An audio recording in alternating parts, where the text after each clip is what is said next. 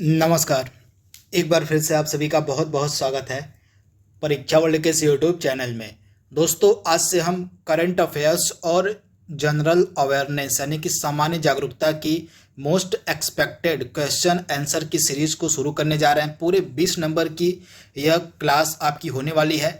10 number का आपका current affairs आपसे पीईटी के परीक्षा में पूछा जाएगा और 10 नंबर का आपका जीए जो है पूछा जाएगा पीईटी की परीक्षा में। तो पूरे 20 नंबर की कंप्लीट तैयारी आपको इस एमसीक्यूज के सीरीज के माध्यम से कराई जाएगी। यह वीडियो आपके पीईटी की परीक्षा के लिए लास्ट समय के लिए बहुत ही ज़्यादा इंपॉर्टेंट है। मोस्ट एक्सपेक्टेड जो क्वेश्चन आंसर बनेंगे सामान्य जागरूकता के और करंट अफेयर्स के, उनको आज से हम पढ़ना स्टार्ट करने वाले हैं। यह वीडियो पहला वीडियो है। यह वीडियो कैसा लगा आप हमें कमेंट बॉक्स में बताइएगा। तो चलिए वीडियो को स्टार्ट करते हैं। इसके अलावा अगर आप टॉपिक वाइज जो भी सिलेबस आपका दिया गया है सामान्य जागरूकता का और करंट अफेयर्स का, उसको अगर आप टॉपिक वाइज पढ़ना चाहते हैं तो इन दोनों की प्लेलिस्ट आपको मिल जाएगी हमारे चैनल पर। सामान्य जागरूकता का लगभग 95% जो सिलेबस है आपका कंप्लीट करवा दिया गया है। तो सामान्य जागरूकता की जो प्लेलिस्ट है उसको आप फॉलो कर सकते हैं। इसके अलावा करंट अफेयर्स आपका अगस्त महीने तक का पढ़ा दिया गया है। तो करंट अफेयर्स और सामान्य जागरूकता लगभग आपका कंप्लीट हो चुका है। थोड़े बहुत जो टॉपिक आपके बाकी हैं वो भी कंप्लीट करा दिए जाएंगे, लेकिन आज से हम इन दोनों जीए और करंट अफेयर्स से जुड़े इंपॉर्टेंट एमसीक्यूज को पढ़ना स्टार्ट करेंगे। यह सीरीज आपके एग्जाम के लिए बहुत ही ज़्यादा फायदेमंद होने वाली है। यह सीरीज आपके एग्जाम तक चलती रहेगी जब तक आपका एग्जाम ना हो जाए। तो वीडियो को स्टार्ट करते हैं। तो जैसा कि मैंने आपको बताया, टोटल 20 नंबर की यह क्लास होने वाली है। 10 नंबर का आपका करंट अफेयर्स पूछा जाएगा आपसे एग्जाम में, प्लस और 10 नंबर का आपसे जीए पूछा जाएगा। तो टोटल 20 नंबर की तैयारी कराने के लिए ही इस सीरीज को स्टार्ट किया जा रहा है। इसका पार्ट 1 यह है। अभी तक जितनी भी क्लासेस ली गई हैं पीईटी 2022 के लिए, अगर आपको उनका पीडीएफ चाहिए होगा तो इस नंबर पे आप कांटेक्ट कर लीजिएगा। कुछ पेड करके आप ये से पीडीएफ को हमसे ले सकते हैं। तो अगर आप इंटरेस्टेड होंगे तो इस नंबर पे व्हाट्सएप आप कर दीजिएगा। पहला प्रश्न आपके सामने है। प्रश्न का जवाब देने की आप कोशिश कीजिएगा। पुरी में रथ यात्रा किसके सम्मान में आयोजित की जाती है? काफ़ी महत्वपूर्ण प्रश्न है। इसका सही जवाब आप कमेंट बॉक्स में दीजिए। तो पुरी, आपको यह जगह कहाँ पे मिलेगी? उड़ीसा में मिलेगी यह जगह पुरी। तो पुरी में जो रथ यात्रा फेमस होती है यह किसके सम्मान में आयोजित की जाती है? तो आप याद रखिएगा, भगवान जगन्नाथ। यानी कि ऑप्शन आपका जो यहाँ पे सी या बिल्कुल सही हो जाएगा।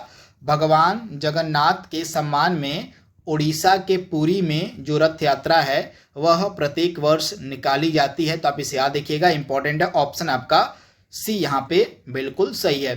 भगवान जगन्नाथ इनके अवतार हैं, तो श्री कृष्ण जी के अवतार हैं। तो आप इसे याद रखिएगा। हिंदुओं का जो तीर्थ स्थल है सबरीमाला, सबरीमाला जो मंदिर है आपको किस राज्य में मिलेगा? काफ़ी इंपॉर्टेंट है प्रश्न है। सबरीमाला मंदिर आपको किस राज्य में मिलेगा? तो सबरीमाला मंदिर आपको किस राज्य में मिलेगा? केरल में मिलेगा। यानी कि ऑप्शन आपका बी यहाँ पे बिल्कुल सही जाएगा। केरल में आपको सबरीमाला मंदिर देखने को मिल जाएगा। और यहाँ पे करंट अफेयर्स का प्रश्न है। यूनेस्को शांति पुरस्कार 2022 से किसे सम्मानित किया गया? यूनेस्को शांति पुरस्कार 2022 से हाल ही में किसे सम्मानित किया गया है? तो 2022 का जो यूनेस्को शांति पुरस्कार है जर्मनी की पूर्व चांसलर एंजेला मार्केल को दिया गया है। तो ऑप्शन आपका बी यहाँ पे बिल्कुल सही हो जाएगा, एंजेला मार्केल को। तो ऑप्शन बी आपका बिल्कुल सही है। हाल ही में राष्ट्रीय शिक्षक पुरस्कार 2022 के लिए कुल कितने शिक्षकों का चयन किया गया है? राष्ट्रीय शिक्षक पुरस्कार 2022 के लिए कुल कितने शिक्षकों का चयन किया गया है? टीचर्स डे आपका कब मनाया जाता है? तो 5 सितंबर का जो दिन होता है यह भारत में टीचर्स डे के रूप में सेलिब्रेट किया जाता है, मनाया जाता है। तो राष्ट्रीय शिक्षक पुरस्कार इस वर्ष जो है टोटल 46 लोगों को दिया जाएगा। यानी कि इसके लिए 46 शिक्षकों का चयन किया गया है। तो ऑप्शन आपका जो ए वाला है बिल्कुल सही हो जाएगा। कितने शिक्षकों का चयन किया गया है? तो टोटल आपके 46 शिक्षकों का चयन किया गया है राष्ट्रीय शिक्षक पुरस्कार 2022 के लिए। तो ऑप्शन ए आपका बिल्कुल सही हो जाएगा। अगला प्रश्न है, हॉर्नबिल फेस्टिवल जिसे त्योहारों का त्योहार भी कहा जाता है किस राज्य या केंद्र शासित प्रदेश में मनाया जाता है? काफ़ी महत्वपूर्ण यह प्रश्न है आपसे, आपके सिलेबस में, जीए के सिलेबस में आपका टॉपिक दिया गया है ये सब भी, तो आपको ये सभी चीज़ें पता होनी चाहिए। तो राइट आंसर आपका क्या होने वाला है? हॉर्नबिल फेस्टिवल, जिसे त्योहारों का त्यौहार भी कहा जाता है, यह किस राज्य या केंद्र शासित प्रदेश में मनाया जाता है? तो आप याद रखिएगा, यह जो है नागालैंड में मनाया जाता है, यानी कि ऑप्शन आपका बी यहाँ पे बिल्कुल सही हो जाएगा, नागालैंड में। तो इसके बारे में आप याद रखिएगा। इसके अलावा त्रिपुरा में भी यह मनाया जाता है आपका हॉर्नबिल फेस्टिवल, तो आप याद रखिएगा, इसके अलावा त्रिपुरा राज्य में भी हॉर्नबिल फेस्टिवल सेलिब्रेट किया जाता है, मनाया जाता है। इसके अलावा ये 4 राज्य और एक आपके सामने जो यूटी दिया गया है, यहाँ पे भी अलग अलग त्यौहार सेलिब्रेट किए जाते हैं, मनाए जाते हैं, तो इनको भी आइए देख लेते हैं। तो यहाँ पे आप देख पा रहे हैं जो ऑप्शन में आपके 4 राज्य दिए गए हैं, वहाँ पे कौन कौन से इम्पॉर्टेंट उत्सव या त्यौहार मनाए जाते हैं, सभी आपके सामने लिखे गए हैं। तो तेलंगाना की बात करते हैं, तो तेलंगाना का इम्पॉर्टेंट महोत्सव है मेदाराम जतरा महोत्सव, बथुकम्मा हो गया और बोनालू उत्सव, ये तीनों जो है तेलंगाना के हैं, तो इनके बारे में आप याद रखिएगा। जम्मू कश्मीर जो हमारा यूटी अब बन गया है, केंद्र शासित प्रदेश बन गया है, यहाँ पे बहुत सारे इम्पॉर्टेंट त्यौहार और उत्सव मनाए जाते हैं, जैसे लवेंडर त्यौहार हो गया, कंचौथ हो गया, अहरबल हो गया, हेरात पर्व हो गया। आप याद रखिएगा, जो महाशिवरात्रि होती है जम्मू कश्मीर में, महाशिवरात्रि को हेरात पर्व के रूप में सेलिब्रेट किया जाता है, मनाया जाता है। इसके अलावा एप्पल पर्व हो गया और पुष्कर हो गया, ये सभी त्यौहार और महोत्सव आपके जम्मू कश्मीर में मनाए जाते हैं। इसके बाद नागालैंड का फेमस उत्सव है हॉर्नबिल, तो आप इसे याद रखिएगा। इसके अलावा मणिपुर में जो है सिरुई लीली महोत्सव, कचाई लेमन और साजीबू चिरौबा, ये इम्पॉर्टेंट महोत्सव मनाए जाते हैं आपके मणिपुर में, तो इनको आप नोट डाउन कर लीजिएगा। काफ़ी इंपॉर्टेंट चीज़ें आपको डेली बेसिस पर देखने को मिलेंगी अगर आप इस क्लास को फॉलो करते हैं डेली बेसिस पर। तो अगर आपने कुछ भी नहीं पढ़ा अभी तक करंट अफेयर्स और जीए में, तो इसके माध्यम से आपकी मैक्सिमम तैयारी हो जाएगी। तो इसका आप चाहे तो स्क्रीनशॉट ले सकते हैं या इसका आप नोट्स बना सकते हैं। अगला प्रश्न आपके सामने है, प्रसिद्ध वार्षिक जो गंगा सागर मेला है कि भारत के किस राज्य में आयोजित किया जाता है? काफ़ी इंपॉर्टेंट प्रश्न है। गंगा सागर मेला भारत के किस राज्य में जो है आयोजित किया जाता है? तो आप याद रखिएगा, गंगा सागर मेला का आयोजन पश्चिम बंगाल में किया जाता है, तो ऑप्शन आपका डी यहाँ पे बिल्कुल सही है, पश्चिम बंगाल में। और अगला प्रश्न है, हाल ही में महिला समानता दिवस कब मनाया गया? महिला समानता दिवस की यहाँ पे बात हो रही है, कब मनाया गया? काफ़ी महत्वपूर्ण यह दिवस है और डे एंड थीम भी आपसे एग्जाम में पूछी जाएंगी, तो उसी का यह प्रश्न है। तो आपका जो महिला समानता दिवस है हाल ही में कब मनाया गया, सेलिब्रेट किया गया? तो आपका 26 अगस्त को, आप याद रखिएगा 26 अगस्त को जो है आपका महिला समानता दिवस सेलिब्रेट किया गया, मनाया गया, तो इसके बारे में आप याद रखिएगा। तथा इस वर्ष की इसकी थीम क्या रखी गई थी? तो इस वर्ष की इसकी थीम थी जेंडर इक्वलिटी, आप याद रखिएगा,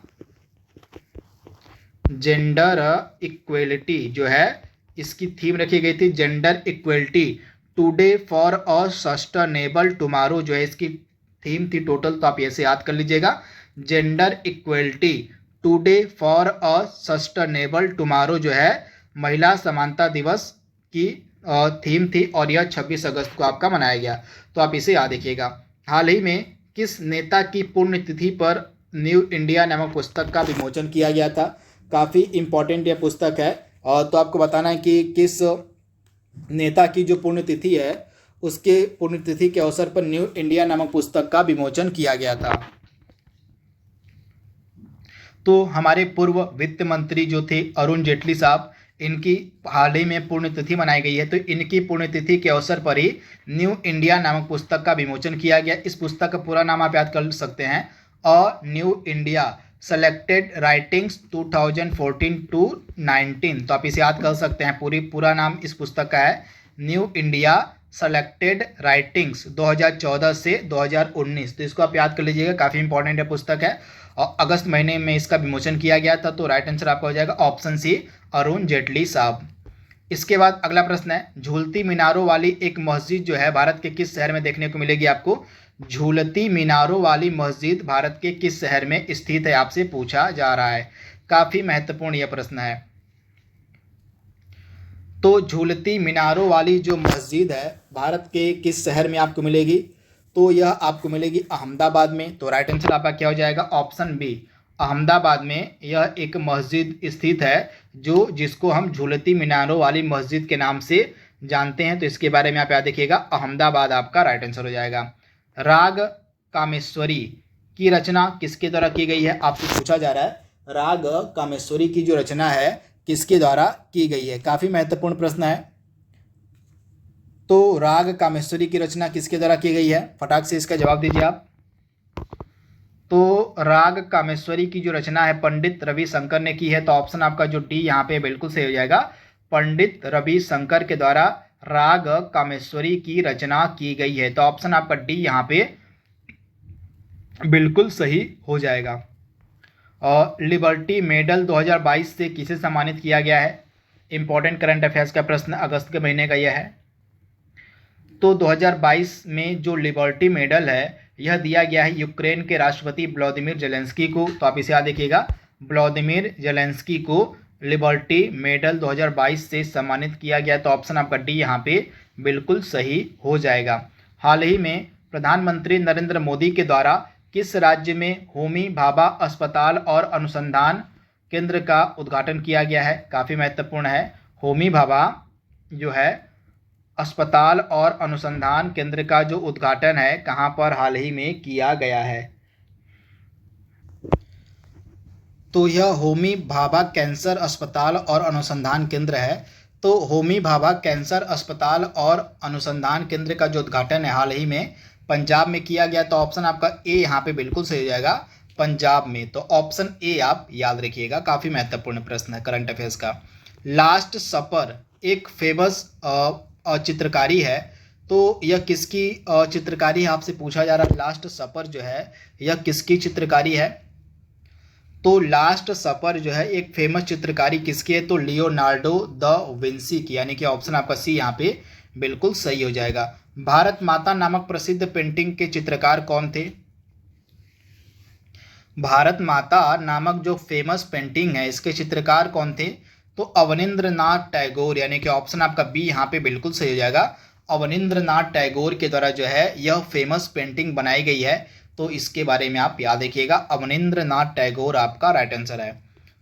अगला करंट अफेयर्स का प्रश्न आपको मिलेगा। बांग्लादेश मूल की जो फहमीदा अजीम है इन्होंने किस श्रेणी में पुलित्जर पुरस्कार 2022 जीता है? काफ़ी महत्वपूर्ण प्रश्न आपके एग्जाम के लिए है।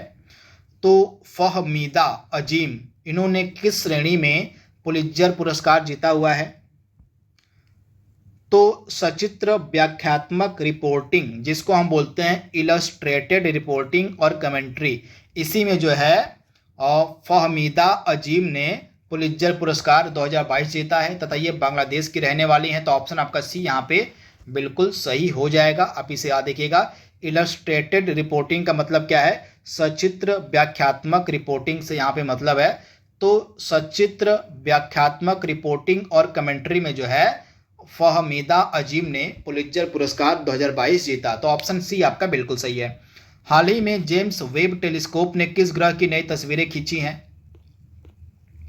नासा का यह टेलीस्कोप आपका है। और नासा का किसका? तो नासा जो अमेरिका की स्पेस एजेंसी नासा है इसी का यह टेलीस्कोप है, जेम्स वेब टेलीस्कोप। तो इसने किस ग्रह की एकदम लेटेस्ट तस्वीरें खींची हैं?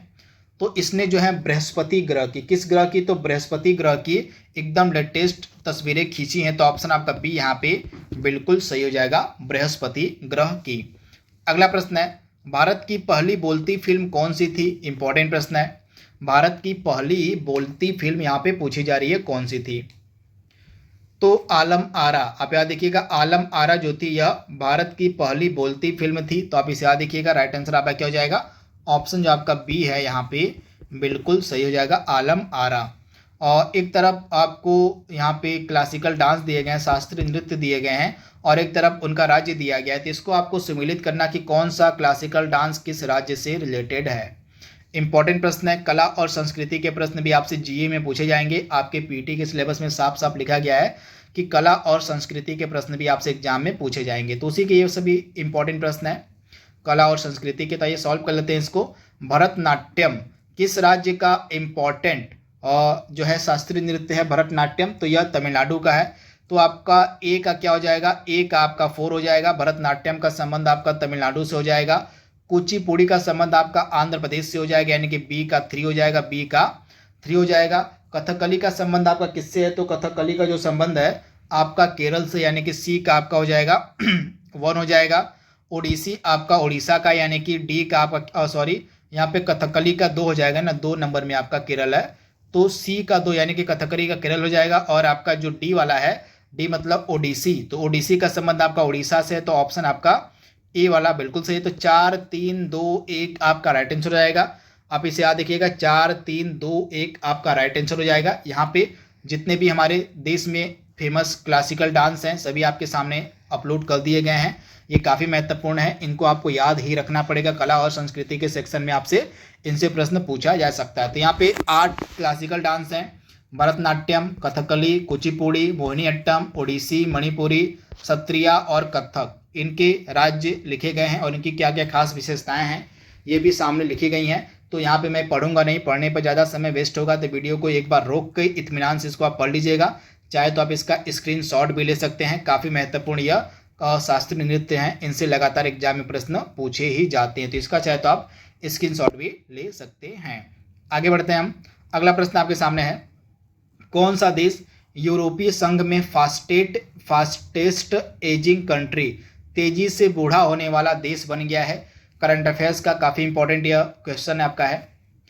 तो यूरोपियन यूनियन में फास्टेस्ट एजिंग कंट्री यानी कि तेजी से बूढ़ा होने वाला देश बन गया आपका पुर्तगाल, यानी कि ऑप्शन आपका सी यहाँ पे बिल्कुल सही हो जाएगा। पुर्तगाल की राजधानी क्या है, तो पुर्तगाल की राजधानी आपको मिलेगी लिस्बन। तो इसके बारे में आप याद देखिएगा, तो राइट आंसर इसका क्या हो जाएगा, पुर्तगाल जो है तेजी से बूढ़ा होने वाला देश बन गया है। भारत सरकार के द्वारा किस लोक नृत्य को यूनेस्को की अमूर्त सांस्कृतिक विरासत सूची में शामिल करने के लिए नामित किया गया है। भारत सरकार के द्वारा किस लोक नृत्य को यूनेस्को की जो अमूर्त सांस्कृतिक विरासत की सूची है उसमें शामिल करने के लिए नामित किया गया है। तो राइट आंसर आपका क्या हो जाएगा, गरबा को। किसको, तो गरबा को, यानी कि ऑप्शन आपका ए यहाँ पे बिल्कुल सही हो जाएगा। क्या बता सकते हैं कि गरबा जो है यह कहाँ का लोक नृत्य है, कमेंट बॉक्स में आप हमें इसका जवाब दीजिएगा कि जो गरबा है यह किस राज्य का फेमस लोक नृत्य है। इसका जवाब आपको कमेंट बॉक्स में देना है। इससे रिलेटेड प्रश्न आपके एग्जाम में पूछा जा सकता है, तो गरबा के बारे में आप हमें कमेंट बॉक्स में जरूर बताइएगा। तथा हाल ही में गरबा को यूनेस्को की अमूर्त सांस्कृतिक विरासत की सूची में शामिल करने के लिए नामित किया गया है। तो ऑप्शन ए आपका यहाँ पे 100% सही जवाब हो जाएगा। अगला प्रश्न है, एक तरफ आपको देश दिए गए हैं और एक तरफ उनकी मुद्रा दी गई है, तो इसको आपको बताना है कि कौन सा इसमें से सुमेलित नहीं है, कौन सा देश और उसकी मुद्रा यहाँ पे सही सुमेलित नहीं है, इसका जवाब आपको देना है। तो जर्मनी की मुद्रा क्या है, तो जर्मनी की मुद्रा यूरो है, काफ़ी महत्वपूर्ण है, आप इसे याद देखिएगा। जर्मनी की मुद्रा क्या है, तो जर्मनी की यूरो है। जापान का येन है। इजराइल का पाउंड, जो कि बिल्कुल गलत है, इजराइल का पाउंड नहीं है, क्या है, तो इजराइल का जो है मुद्रा जो है न्यू शेकेल है। तो ऑप्शन आपका सी यहाँ पे गलत सुमेलित था और उसका रूबल है, तो ऑप्शन सी आपका यहाँ पे गलत दिया गया था। यहाँ पे सभी चीज़ें लिखी गई हैं। और जापान की राजधानी टोक्यो और मुद्रा येन है। जर्मनी की राजधानी बर्लिन है और मुद्रा यूरो है। रूस की राजधानी मॉस्को है और मुद्रा रूबल है। इजराइल की राजधानी यरूशलेम है और मुद्रा क्या है, तो न्यू शेकेल है। तो देश, राजधानी और मुद्रा भी आपसे एग्जाम में जीए के सेक्शन में पूछे जाएंगे, तो उसी टॉपिक का यह प्रश्न आपके सामने मेंशन किया गया है, तो इसको आप याद कर लीजिएगा। चंडीगढ़ का जो रॉक गार्डन फेमस है, यह किसका बनाया हुआ है, इसको किसने बनाया है, चंडीगढ़ के फेमस रॉक गार्डन को किसने बनाया हुआ है। तो चंडीगढ़ का जो फेमस रॉक गार्डन है यह किसने बनाया हुआ है, तो नेक चंद के द्वारा यह बनाया गया, यानी कि ऑप्शन आपका बी यहाँ पे बिल्कुल सही हो जाएगा। नेक चंद के द्वारा इसको बनाया गया है। तो आप इसे याद रखिएगा, यह काफ़ी फेमस रॉक गार्डन है जो कि चंडीगढ़ में स्थित है। तो ऑप्शन बी आपका यहाँ पे बिल्कुल सही हो जाएगा, नेक चंद। अगला प्रश्न है, एससीओ संघाई सहयोग संगठन की रक्षा मंत्रियों की जो वार्षिक बैठक है किस देश में आयोजित की जाएगी। काफ़ी महत्वपूर्ण प्रश्न है। एससीओ की जो रक्षा मंत्रियों की वार्षिक बैठक है किस देश में आयोजित की जाएगी। तो संघाई सहयोग संगठन के रक्षा मंत्रियों की जो वार्षिक बैठक है यह उज्बेकिस्तान में आयोजित की जाएगी। तो ऑप्शन आपका बी यहाँ पे बिल्कुल सही हो जाएगा, उज्बेकिस्तान में। ऑप्शन बी आपका बिल्कुल सही है। अंतरिक्ष गतिविधियों की निगरानी के लिए भारत की पहली वेधशाला किस राज्य में स्थापित की जाएगी? काफ़ी इंपॉर्टेंट प्रश्न है। अंतरिक्ष गतिविधियों की निगरानी के लिए भारत की जो पहली वेधशाला है किस राज्य में स्थापित की जाएगी? तो राइट आंसर आपका क्या हो जाएगा? करंट अफेयर्स का काफ़ी महत्वपूर्ण प्रश्न है, तो राइट आंसर आपका क्या हो जाएगा? उत्तराखंड में, यानी कि ऑप्शन आपका डी यहाँ पे बिल्कुल सही हो जाएगा। उत्तराखंड में भारत की पहली वेधशाला स्थापित की जाएगी, किसके लिए? तो अंतरिक्ष गतिविधियों की निगरानी के लिए। तो ऑप्शन बी आपका बिल्कुल सही है, उत्तराखंड में। अगला प्रश्न है, और निम्नलिखित में से कौन सा सुमेलित नहीं है?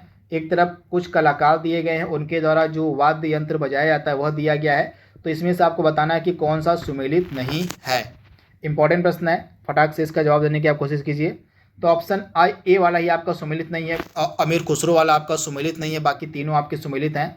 भीमसेन जोशी का संबंध हो जाएगा गायन से, इसके बाद उत्पल दत्त का संबंध फिल्म से है, और इसके बाद शंभू महाराज का संबंध कथक से है। तो ऑप्शन ए वाला जो है आपका यहाँ पे गलत दिया गया था, तो आप इसे याद रखिएगा। निम्नलिखित में से कौन सा युग्म गलत इसमें दिया गया है? एक तरफ लोक नृत्य दिए गए हैं और एक तरफ आपके राज्य दिए गए हैं संबंधित, तो आपको बताना है कि इसमें से कौन सा युग्म गलत है। तो राजस्थान से रिलेटेड आपका घूमर हो जाएगा, बिल्कुल सही दिया गया है। बिहार का बिहू हो जाएगा, जो कि यहाँ पे गलत सुमेलित है। इसके बाद पंजाब में भांगड़ा फेमस है, और महाराष्ट्र में लावड़ी नृत्य फेमस है, तो इसके बारे में आपको याद रखना है। यहाँ पे लावड़ी होगा, लावड़ी। तो लावड़ी जो लोक नृत्य है ये आपका महाराष्ट्र में फेमस है, तो इसके बारे में आप याद रखिएगा। चलिए कमेंट बॉक्स में बताइए कि जो बिहू है यह किस राज्य का फेमस लोक नृत्य है। इसका जवाब आप कमेंट बॉक्स में दीजिएगा कि जो बिहू है यह किस राज्य का फेमस लोक नृत्य है। तो बिहू वाला आपका सुमेलित नहीं था यहाँ पे। अगला प्रश्न है, भारत के पहले स्वदेश निर्मित विमान वाहक पोत का क्या नाम है? काफ़ी महत्वपूर्ण यह प्रश्न आपका है, काफ़ी न्यूज में भी था, करंट अफेयर्स का यह प्रश्न। तो भारत के पहले स्वदेश निर्मित विमान वाहक पोत का क्या नाम है? तो INS विक्रांत है, यानी कि ऑप्शन आपका ए यहाँ पे बिल्कुल सही है, INS विक्रांत। आप याद रखिएगा INS विक्रांत को किसने बनाया है? तो कोचिन शिपयार्ड लिमिटेड के द्वारा इसको बनाया गया। किसके द्वारा? तो कोचिन शिपयार्ड लिमिटेड के द्वारा INS विक्रांत को बनाया गया है, तथा यह भारत का पहला स्वदेश निर्मित विमान वाहक पोत है। द्विवार्षिक युद्ध अभ्यास पिच ब्लैक का जो आयोजन है किस देश में किया गया था? इसमें हमारी वायुसेना ने हिस्सा लिया था पिच ब्लैक में, तो इसका जो आयोजन है यह ऑस्ट्रेलिया में किया गया था। तो ऑप्शन आपका बी यहाँ पे बिल्कुल सही है, ऑस्ट्रेलिया में पिच ब्लैक नामक द्विवार्षिक युद्धाभ्यास का आयोजन किया गया था। तो ऑस्ट्रेलिया आपका राइट आंसर जाएगा, ऑप्शन बी। अगला प्रश्न है, माई कंट्री माई लाइफ, इस पुस्तक के लेखक आपको बताना है कि कौन है। माई कंट्री माई लाइफ पुस्तक के लेखक यहाँ पे आपसे पूछे जा रहे हैं कि कौन है। तो राइट आंसर आपका क्या हो जाएगा? माई कंट्री माई लाइफ पुस्तक के लेखक आपके हो जाएंगे लाल कृष्ण आडवाणी साहब, यानी कि ऑप्शन आपका बी यहाँ पे बिल्कुल सही है। लाल कृष्ण आडवाणी की यह पुस्तक है माई कंट्री माई लाइफ, तो आप इसे याद रखिएगा।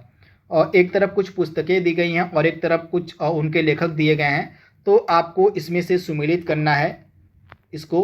तो आइए इसको सॉल्व करते हैं, काफ़ी महत्वपूर्ण है। बुक्स एंड राइटर्स आपके एग्जाम में पूछे जाएंगे, आपके सिलेबस में एकदम डायरेक्टली दिया गया कि बुक्स एंड राइटर के बारे में आपको जानकारी होनी चाहिए। तो आइए देख लेते हैं, इस प्रश्न को सॉल्व कर लेते हैं। तो माई प्रेसिडेंशियल ईयर्स, माई प्रेसिडेंशियल ईयर्स किसके द्वारा लिखी गई है? तो आर वेंकट रमन के द्वारा, यानी कि ए का आपका क्या हो जाएगा? ए का आपका 4 हो जाएगा। The Hindu view of life, इसको किसने लिखा है? तो the Hindu view of life को लिखा गया है किसके द्वारा? तो यह लिखा गया एस राधा कृष्णन के द्वारा। तो आपका बी का 1 हो जाएगा। बी का क्या हो जाएगा? तो बी का जो है आपका 1 हो जाएगा, काफ़ी महत्वपूर्ण है। इग्नाइटेड माइंड्स सभी को पता होगा, यह फेमस पुस्तक लिखी गई है APJ अब्दुल कलाम साहब के द्वारा। तो आपका हो जाएगा सी का क्या हो जाएगा? सी का आपका 3 हो जाएगा। इसके बाद विदाउट फियर और फेवर, विदाउट फियर और फेवर, तो यह लिखा गया है N संजीव रेड्डी के द्वारा। तो आप इसे याद देखिएगा, यानी कि डी का क्या हो जाएगा? डी का आपका हो जाएगा N संजीव रेड्डी, यानी कि आपका यहाँ पे 2 होगा ना। सी में आपके इग्नाइटेड माइंड से तो APJ अब्दुल कलाम आपके 2 में है, तो 4 1 2 फिर 3 हो जाएगा। तो डी यानी कि विदाउट फियर और फेवर का हो जाएगा आपका N संजीव रेड्डी, यानी कि डी का आपका 3 हो जाएगा।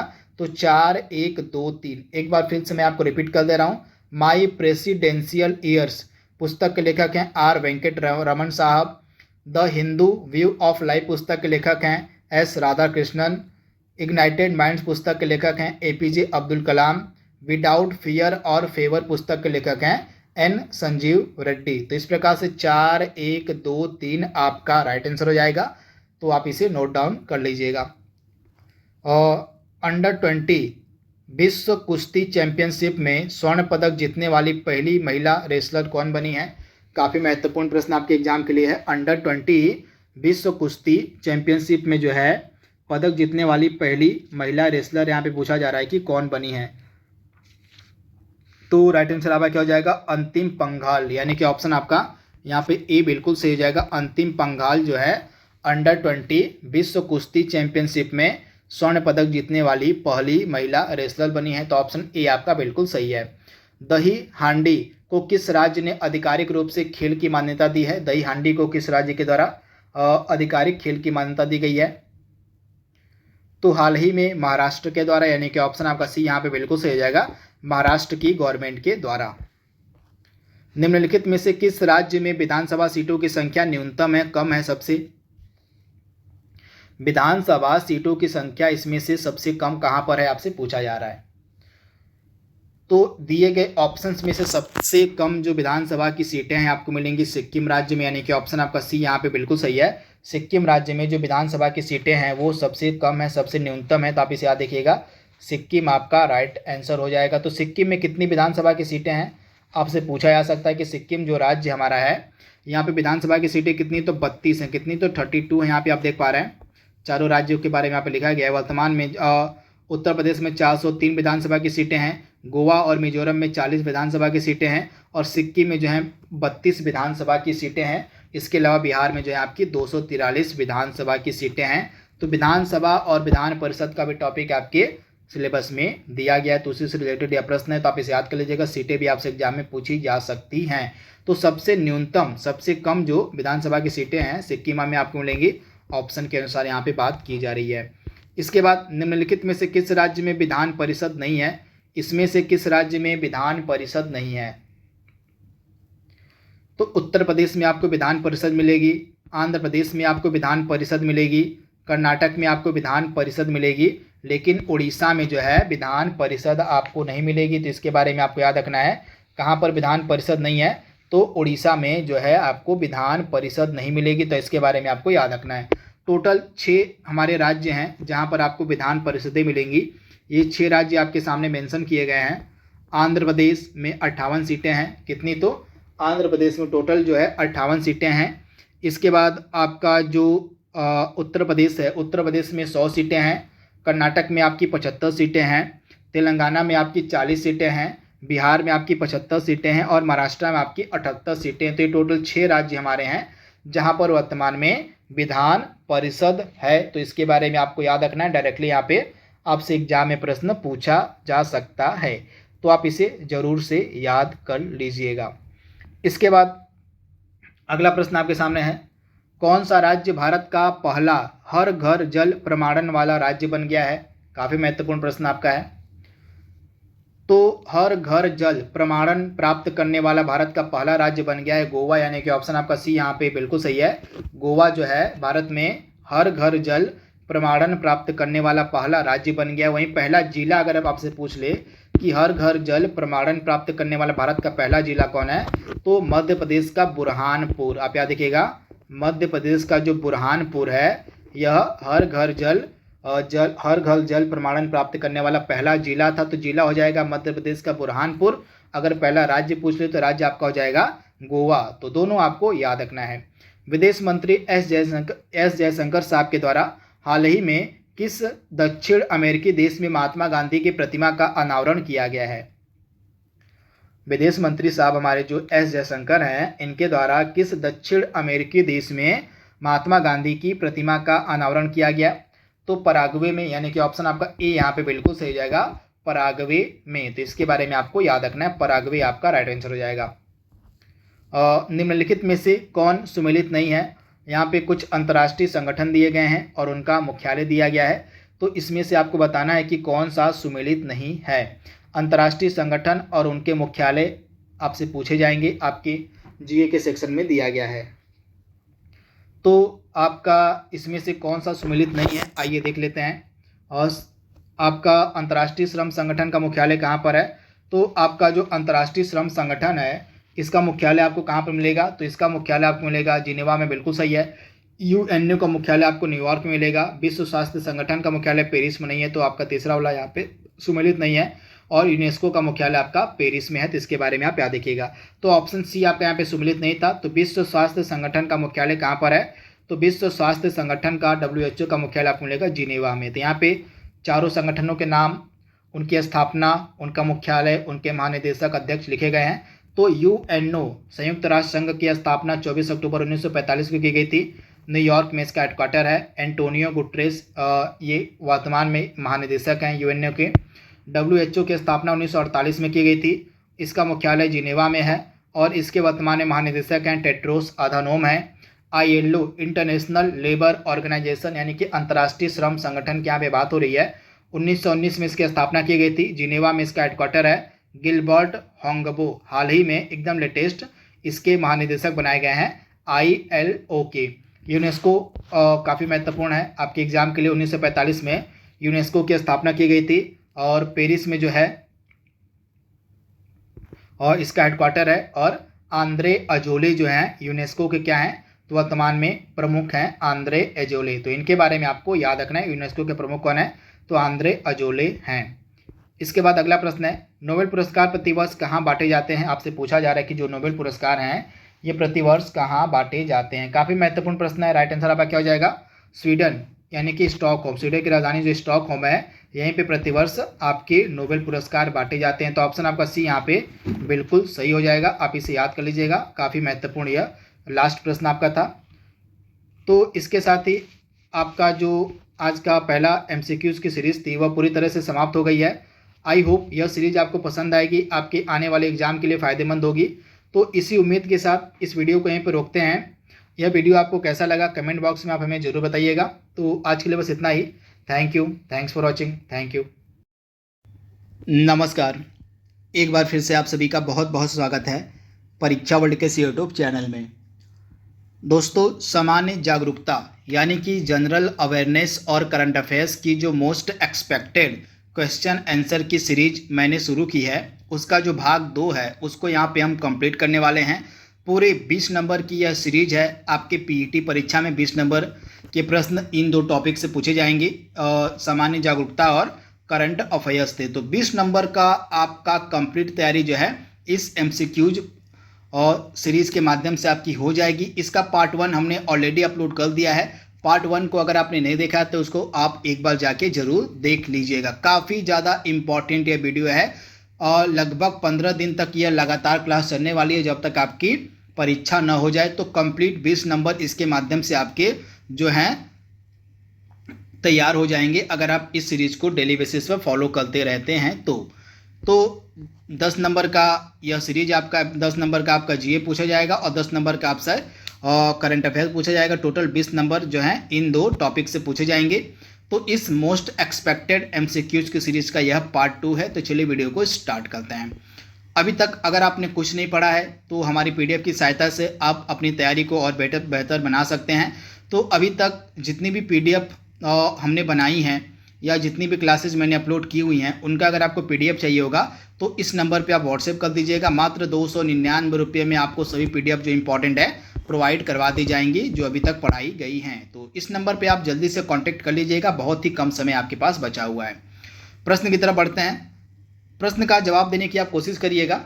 पहला प्रश्न आपके सामने है, निम्नलिखित में से कौन सा नृत्य जो है गोवा का लोक नृत्य है? आपसे पूछा जा रहा है इसमें से गोवा का लोक नृत्य कौन सा है? फटाक से इसका जवाब देने की आप कोशिश कीजिए, उसके बाद मैं इसका आंसर आपको बताऊंगा। बहुत सारी एडिशनल इन्फॉर्मेशन भी आपको इस सीरीज के माध्यम से दी जाती है जिससे आपकी कंप्लीट तैयारी हो सके जीए और करंट अफेयर्स की। तो जो गोवा का लोक नृत्य है इसमें से कौन सा है? तो आप याद कर लीजिएगा, फुगड़ी। ऑप्शन जो आपका यहाँ पे बी वाला है ना, बिल्कुल सही हो जाएगा। जो फुगड़ी है ना, यह गोवा का लोक नृत्य है। तो आप इसे याद कर लीजिएगा। राइट आंसर आपका क्या हो जाएगा? ऑप्शन जो आपका दिया गया यहाँ पे बी वाला बिल्कुल सही हो जाएगा। जो फुगड़ी है यह गोवा का लोक नृत्य है। तो इसके बारे में आप याद रखिएगा, आपसे एग्जाम में यह डायरेक्टली पूछा जा सकता है। इसके बाद अगला क्या है प्रश्न किस वर्ष में भारतीय क्रिकेट टीम ने दूसरी बार पुरुषों का एक दिवसीय विश्व कप जीता था? खेल से भी प्रश्न आपके एग्जाम में पूछे जाएंगे, तो खेल का यह टॉपिक है। आपको बताना है कि दूसरा जो पुरुषों का एक दिवसीय विश्व कप है भारत ने कब जीता था। तो पहला तो हमने विश्व कप जीता था पुरुषों का 1983 में कपिल देव की कप्तानी में, और दूसरा वाला जो पुरुषों का एक दिवसीय विश्व कप था 50 ओवर वाला, उसको हमने जीता था महेंद्र सिंह धोनी की कप्तानी में 2011 में। तो आप इसे याद कर लीजिएगा 2011 में, यानी कि ऑप्शन आपका जो डी वाला है बिल्कुल सही हो जाएगा। काफ़ी ज़्यादा इम्पॉर्टेंट यह प्रश्न आपके एग्जाम के लिए है। 2011 के वर्ल्ड कप में कप्तानी किसके पास थी? तो महेंद्र सिंह धोनी के पास थी। क्या बता सकते हैं कि 2011 का वर्ल्ड कप कहाँ पर आयोजित किया गया था? आप कमेंट बॉक्स में हमें बताइएगा 2011 का जो वर्ल्ड कप है कहाँ पर आयोजित किया गया था। अगला प्रश्न है करंट अफेयर्स का है, और भारत की पहली double decker AC electric bus से का जो अनावरण है किस शहर में किया गया है? इंपॉर्टेंट है। 2 प्रश्न और ये करंट अफेयर्स के आपके सामने हैं। तो भारत की पहली double decker AC electric bus का जो अनावरण है कहाँ पर किया गया है? फटाक से इसका जवाब देने की आप कोशिश कीजिए। तो इस बस का जो अनावरण है मुंबई में किया गया है। तो ऑप्शन जो आपका यहाँ पे सी वाला है बिल्कुल सही हो जाएगा।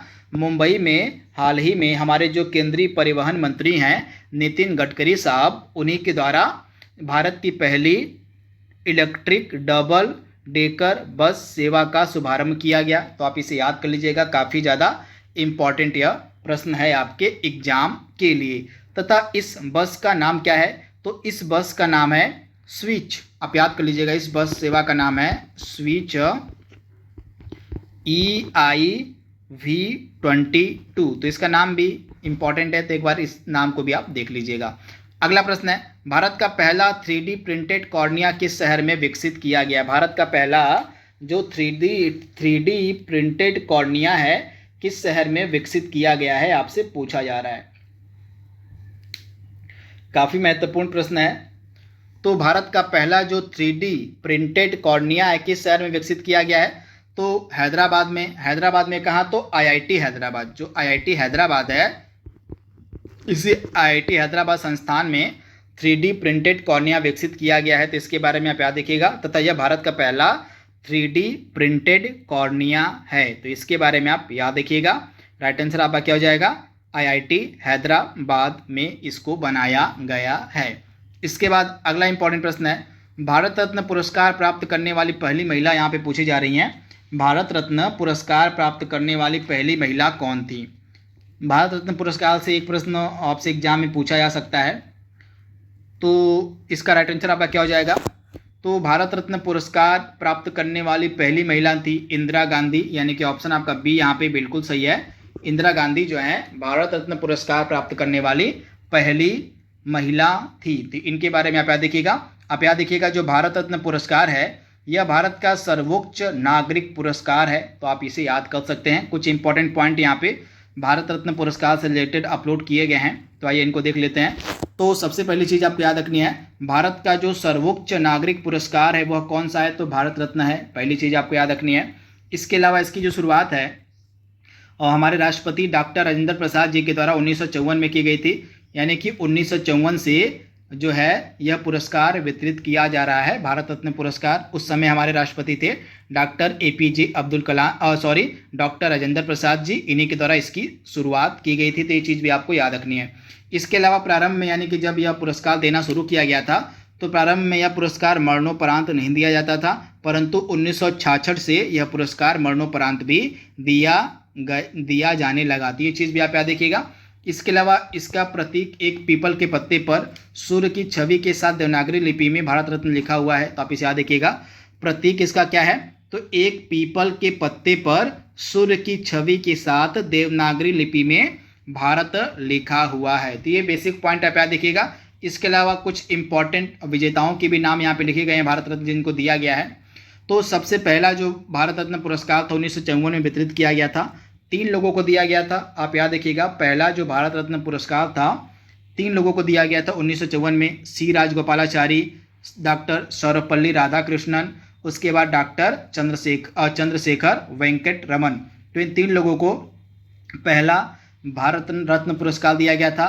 फिर 1966 में, जैसा कि मैंने आपको बताया, जो पहला मरणोपरांत भारत रत्न पुरस्कार था 1966 में दिया गया था, किसको? तो लाल बहादुर शास्त्री जी को। तो इसके बाद इनके बारे में आप याद देखिएगा। इसके बाद इंदिरा गांधी को 1971 में दिया गया था भारत रत्न पुरस्कार, और इसके बाद मदर टेरेसा को 1980 में दिया गया था। 2001 में स्वर कोकिला लता मंगेशकर को दिया गया था, जिनका हाल ही में निधन हो गया, लता मंगेशकर जी का। इनको 2001 में भारत रत्न दिया गया था। इसके अलावा 2001 में उस्ताद बिस्मिल्लाह खां को भी भारत रत्न दिया गया था। इसके बाद 2015 में 2 लोगों को दिया गया था, मदन मोहन मालवीय जी को मरणोपरांत दिया गया था, और अटल बिहारी वाजपेयी को 2015 में दिया गया था। तो आप इसे याद देखिएगा, यानी कि 2015 में 2 लोगों को दिया गया था। एक आपके थे मदन मोहन मालवीय जी, जिनको मरणोपरांत दिया गया था, वहीं 2015 में अटल बिहारी वाजपेयी जी को भी दिया गया था। क्या आप कमेंट बॉक्स में बता सकते हैं कि एकदम लेटेस्ट का जो आपका भारत रत्न पुरस्कार है किसको दिया गया है? इसका जवाब आप हमें कमेंट बॉक्स में दीजिएगा। जो प्रश्न मैं आपसे पूछ रहा हूँ ये आपके एग्जाम से रिलेटेड प्रश्न है, इनका जवाब देने की आप कोशिश करिए। इससे क्या होगा, आपकी तैयारी और बेहतर होती रहेगी। तो जो भी प्रश्न मैं एक्स्ट्रा आपसे पूछूं उनका जवाब देने की आप कोशिश जरूर कीजिएगा। बढ़ते हैं अगले प्रश्न की तरफ। भारत में ज्ञानपीठ पुरस्कार पाने वाली पहली महिला कौन थी? भारत में ज्ञानपीठ पुरस्कार पाने वाली पहली महिला पूछा जा रहा है, कौन थी? तो राइट आंसर आपका क्या हो जाएगा? ज्ञानपीठ पुरस्कार पाने वाली पहली महिला थी आशा पूर्णा देवी, यानी कि ऑप्शन आपका यहाँ पे जो डी है बिल्कुल सही जाएगा। आशा पूर्णा देवी जो है यह और भारत में ज्ञानपीठ पुरस्कार पाने वाली पहली महिला थी। तो राइट आंसर आपका क्या हो जाएगा? ऑप्शन जो आपका डी यहाँ पे दिया गया है ना, बहुत ही ऑप्शन डी आपका 100% सही है। तो आप इसे याद रखिएगा। इसके अलावा कुछ और पॉइंट मैं आपको बता दे रहा हूँ ज्ञानपीठ पुरस्कार से रिलेटेड जो आपके एग्जाम में पूछे जा सकते हैं। तो ज्ञानपीठ पुरस्कार भारत का सबसे बड़ा साहित्यिक पुरस्कार है, पहली चीज़ तो ये आपको याद रखनी है।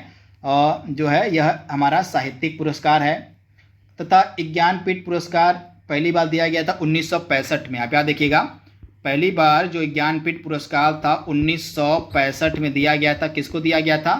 तो कवि थे जी शंकर कुरूप, मलयालम कवि थे। आप याद देखिएगा, मलयालम कवि थे जिनका नाम था जी शंकर कुरूप। तो इन्हीं को जो है पहला दिया गया था ज्ञानपीठ पुरस्कार 1965 का। तो ये चीज़ आपको याद रखनी है। आपसे पूछा जा सकता है कि जो पहला ज्ञानपीठ पुरस्कार था किस भाषा के कवि को दिया गया था?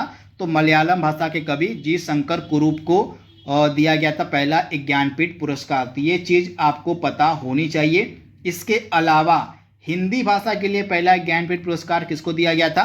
तो सुमित्रा नंदन पंत को। आप याद देखिएगा, सुमित्रा नंदन पंत को उनकी रचना चिदंबरा के लिए हिंदी के लिए पहला जो है मतलब हिंदी भाषा के लिए ज्ञानपीठ पुरस्कार पहला दिया गया था सुमित्रा नंदन पंत को। तो इनके बारे में भी आप याद रखिएगा, उनकी रचना और जो है चिदंबरा के लिए। तो जो बेसिक पॉइंट आपके बन सकते थे, जो आपके एग्जाम में पूछे जा सकते थे ज्ञानपीठ पुरस्कार से रिलेटेड, मैंने आपको बता दिया है। इसके बाद एकदम लेटेस्ट का जो ज्ञानपीठ पुरस्कार है मैंने आपको पढ़ा दिया है।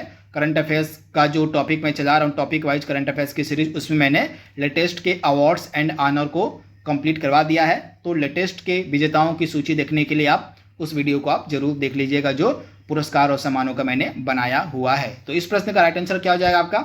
भारत में ज्ञानपीठ पुरस्कार पाने वाली पहली महिला कौन थी? तो आशा पूर्णा देवी थी। ये पहली महिला थी जिनको ज्ञानपीठ पुरस्कार से सम्मानित किया गया था। ये बांग्ला भाषा की लेखक थी। किस भाषा की? तो बांग्ला भाषा की ये लेखिका थी।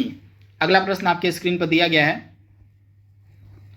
सीमा सड़क संगठन, काफी महत्वपूर्ण प्रश्न है। सीमा सड़क संगठन के द्वारा इस्पात यानी कि स्टील के कचड़े से रोड कहां पर बनाया जाएगा? काफी महत्वपूर्ण प्रश्न है।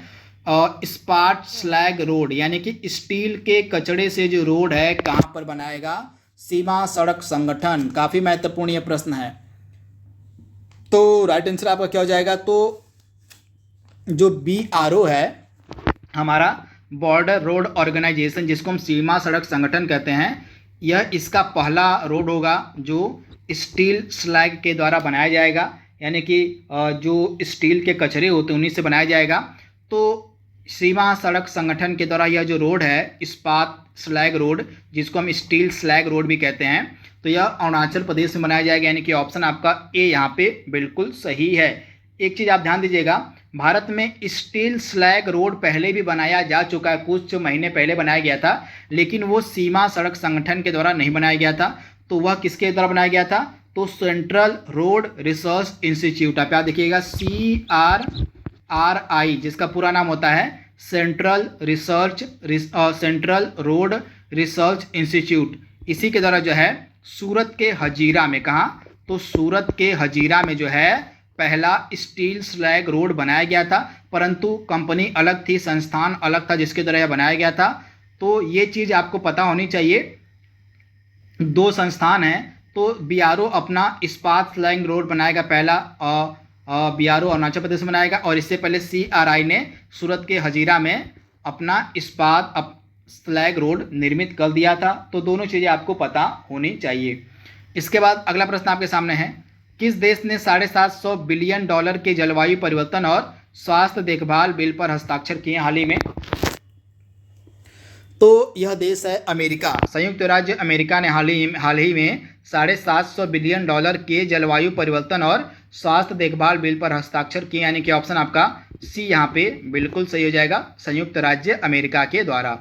अगला प्रश्न है, केंद्रीय चर्म अनुसंधान संस्थान कहाँ पर स्थित है?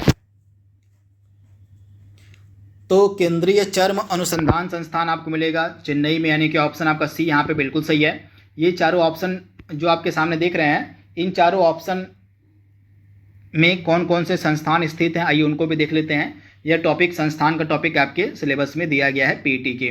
तो चारों ऑप्शन में जो जो संस्थान स्थित हैं उनको यहाँ पे हम देखेंगे। तो कानपुर जो ऑप्शन में आपके था, कानपुर के 2 संस्थान आपको याद रखने पड़ेंगे, उत्तर प्रदेश के कानपुर के यहाँ पे बात हो रही है। तो राष्ट्रीय शर्करा संस्थान आपको कानपुर में मिलेगा, और इसके अलावा भारतीय दलहन अनुसंधान संस्थान, ये दोनों आपको कानपुर में मिलेंगे। इसके बाद दिल्ली में आपके 4 संस्थान याद रखने पड़ेंगे। भारतीय कृषि अनुसंधान परिषद दिल्ली में है, भारत मौसम विज्ञान विभाग दिल्ली में है, केंद्रीय सड़क अनुसंधान संस्थान दिल्ली में है, अखिल भारतीय आयुर्विज्ञान संस्थान आपका दिल्ली में है, तो इसको आप याद देखिएगा। इसके बाद लखनऊ में भी आपके 3 से 4 संस्थान हैं, जैसे केंद्रीय औषधि अनुसंधान संस्थान लखनऊ में है, राष्ट्रीय वनस्पति अनुसंधान संस्थान भी आपका लखनऊ में है, भारतीय विश्व विज्ञान अनुसंधान संस्थान लखनऊ में है, केंद्रीय उपोष्ण बागवानी संस्थान भी आपका लखनऊ में है, तो इसके बारे में आप याद देखिएगा। और चेन्नई में 2 संस्थान हैं, एक तो आपके प्रश्न में दिया गया है केंद्रीय चर्म अनुसंधान संस्थान, जिसका राइट आंसर है चेन्नई, वहीं चेन्नई में CPR पर्यावरण शिक्षा केंद्र भी है, तो इनके बारे में आप याद देखिएगा। यानी कि 4 ऑप्शन आपके पास दिए गए थे, तो इन चारों ऑप्शनों में कौन कौन से इंपॉर्टेंट संस्थान स्थित हैं, इन 4 ऑप्शनों में, वहाँ उनको भी मैंने पूरे डिटेल में बता दिया है। तो बहुत ही ज़्यादा यह इम्पॉर्टेंट वीडियो मैं आपके सामने प्रस्तुत कर रहा हूँ, बहुत सारी एडिशनल जानकारी आपको देते चलता हूँ, जिससे आपकी कंप्लीट तैयारी हो सके GA और करंट अफेयर्स की। तो अगर आपको वीडियो पसंद आए तो वीडियो को थोड़ा सा शेयर भी कर दीजिएगा, जिससे मेरा थोड़ा सा फ़ायदा भी हो जाएगा। इसके बाद अगला प्रश्न आपके सामने है, the monk who sold his Ferrari, इस पुस्तक के लेखक आपसे पूछे जा रहे हैं कौन है? The monk who sold his Ferrari, काफ़ी अच्छी बुक है।